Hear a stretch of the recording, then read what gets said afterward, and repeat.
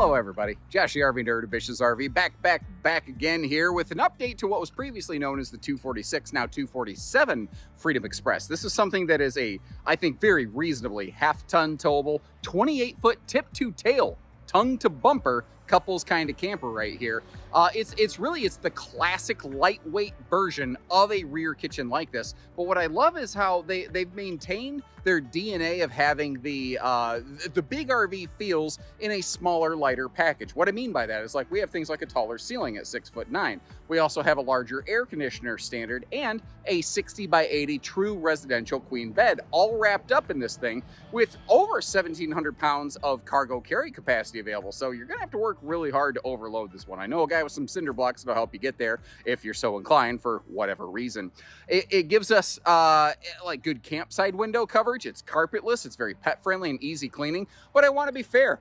It doesn't have the most direct facing entertainment center. It doesn't have a ton of countertop prep space, but it's also not the heaviest, not the most expensive version of this floor plan out there. So it's always different shades of gray, which positives and which negatives work best for you. You know, it has an enclosed underbelly, but it's not pretending to be some fictitious Four Seasons Arctic package camper that it's not. It has really good awning space, a walkable roof. You still have the double propane tanks with the auto changeover regulator, but it's prepped for things like a rear hitch. It's prepped for things like a backup camera or a ladder to get up on that walkable roof. You know, it doesn't necessarily go all the way neck deep in. It's nice, but it leans to the side of camper, not glamper, if that makes sense to you. Now, maybe you want glamper, you know. As we go through this, if you're looking for other ideas, hang tight to the end of the video, and I've got a few others for you. But in the meantime, let's get inside there. I want to show you what it does, what it doesn't do, and I want to hear from you. What do you like and what do you dislike? And if you appreciate that, hit that subscribe button, and let's go.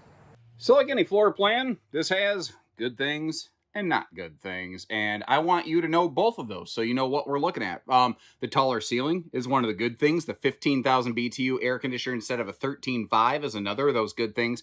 You may notice as we go through, they no longer have any sort of traditionally wired stereo. The circle just behind the air conditioner that you saw there, it's actually an integrated Bluetooth speaker system. A lot of brands have kind of gone to those.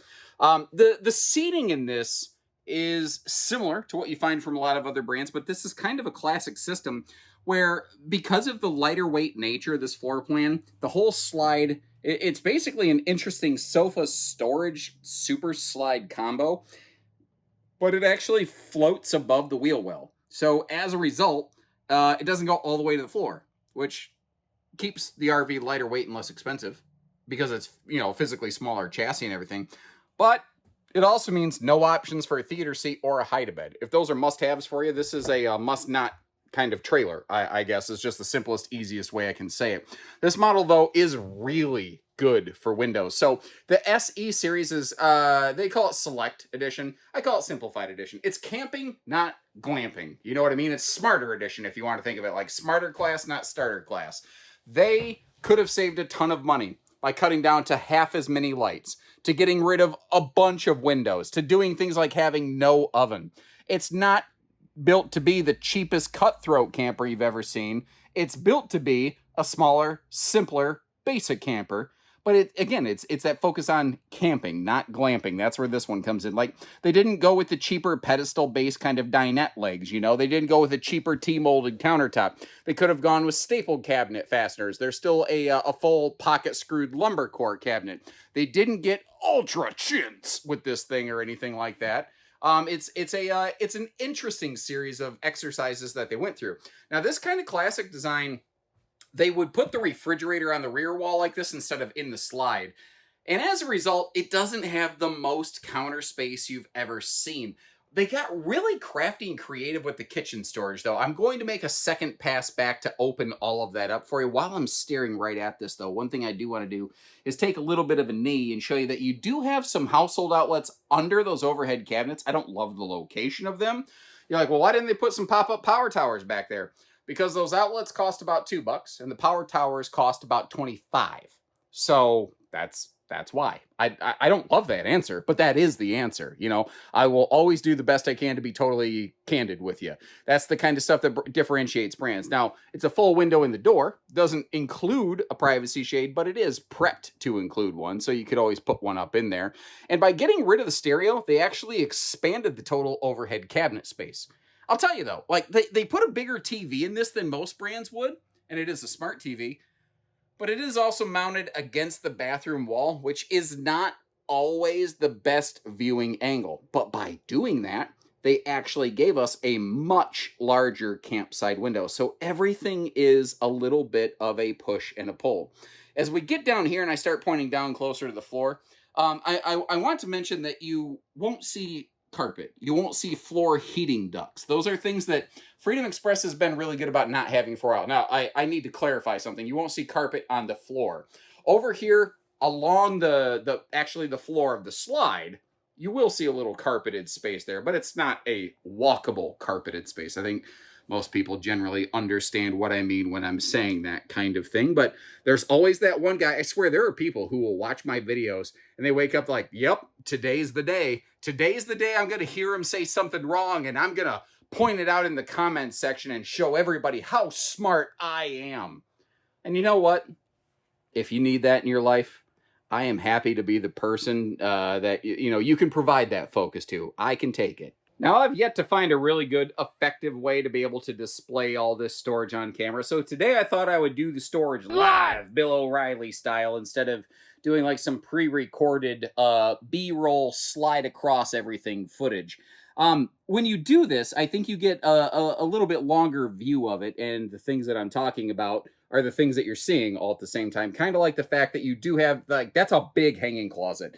When I was scrolling up that, there's this big empty pocket of space. You're like, well, what the crap is that, dude? It's just a big chunk of hanging storage. One of the benefits of this RV being a little bit taller ceiling height is that they did have a little bit more room to create that additional storage capacity.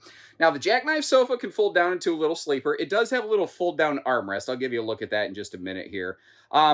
It's not a big sleeper, though. It's not like someone's like, oh, you know, I've got adult friends that camp with us. Can they fit on that thing? No, they cannot. I wanted to jump you over here so that you could actually see that thing over there. That's the slide out switch. This is not a Schwintek, not a cable slide, not a rack and pinion. And those are the most common systems. So a lot of people are going, yeah, well, what the is it, dude? What the is it, dude? What? People are going, yeah, well, what the flip is it, dude? It is a Happy Jack slide system. It's actually a very classic slide system. It's very good for shallow, lightweight slides that exist above the floor like we're looking at today. They you don't find a lot of those in the marketplace, but they're one of the more original systems, and they're pretty time tested. They work pretty well for, again, smaller applications like this. This is the best use of space under a sink I think I've ever seen. I gotta believe Freedom Express has a patent on it because nobody does it. I call it the utensil drawer. And now, so do they. That's funny.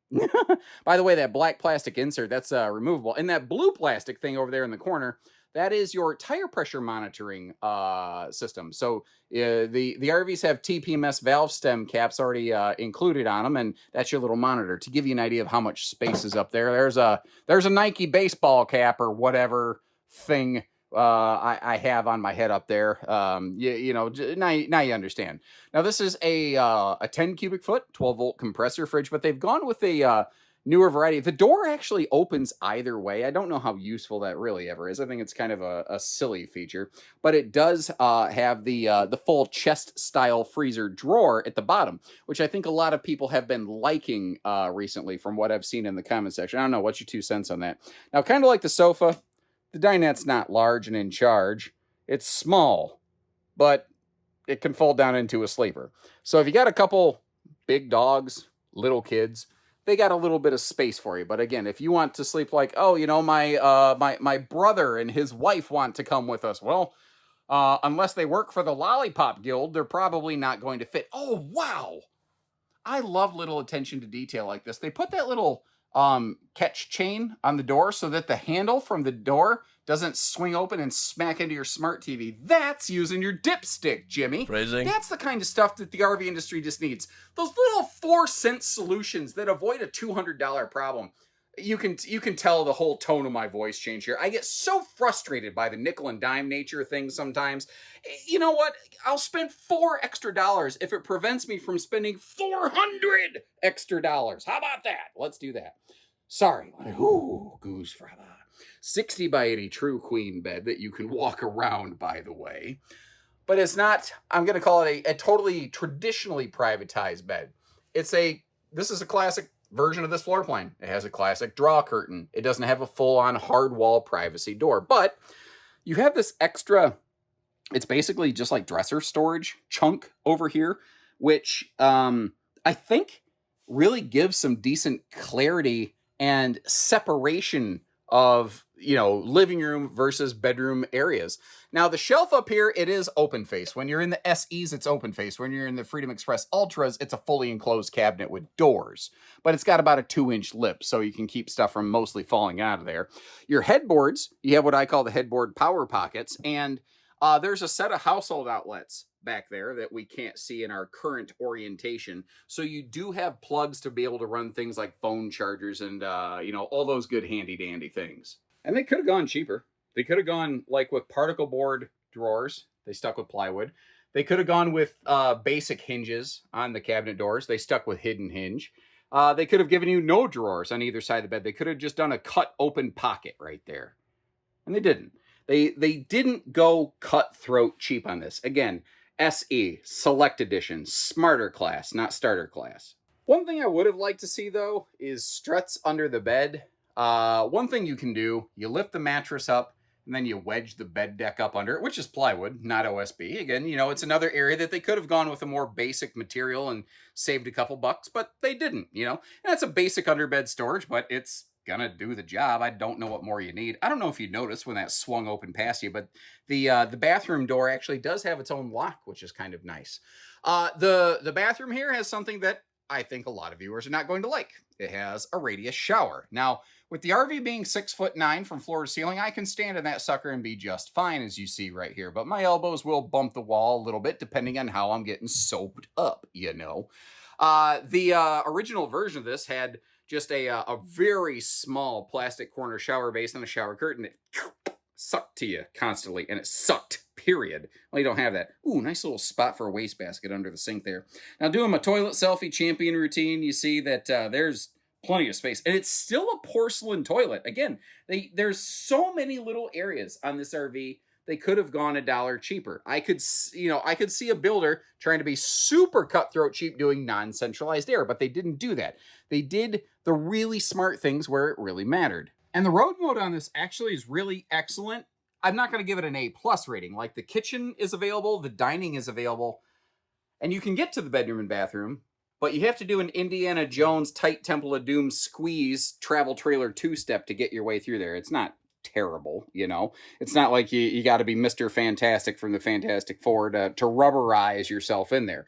But if you take 2 steps sideways and electric shuffle your way into it, you can get to the bedroom and the bathroom. So refrigerator, dining, bathroom, kitchen, that stuff can be accessible. One thing I want to mention, though, if you're going to use it like this, you need to open the bathroom door before you close the slide, and you need to secure it somehow, because the bathroom door doesn't actually clear that slide floor landing.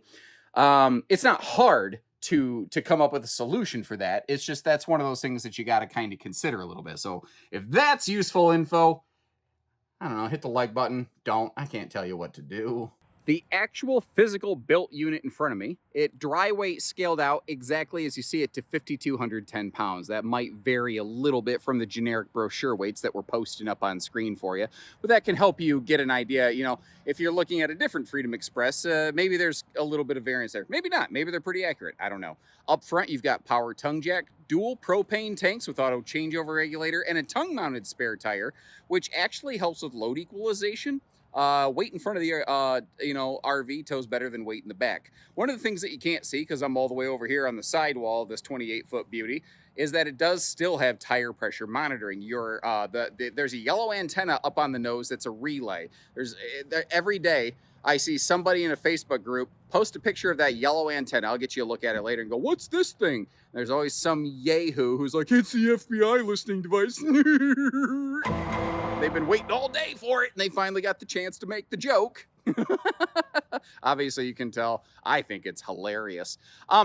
You can see that little tag dangling under the underbelly. If you look at the word Express on the sticker and look straight down, you can see that kind of jiggling down there. It's actually a Gas Grill Quick Connect. So if you want to do some grilling outside and stay under the awning, you got a perfect spot for it. And speaking of which, I think they really nailed the awning space on this one. For no bigger than the RV is and how it's not intended to be the flashiest, fanciest thing, I think they did a really solid job there. There's a little object here, though, that I don't think anyone's ever going to do backflips over.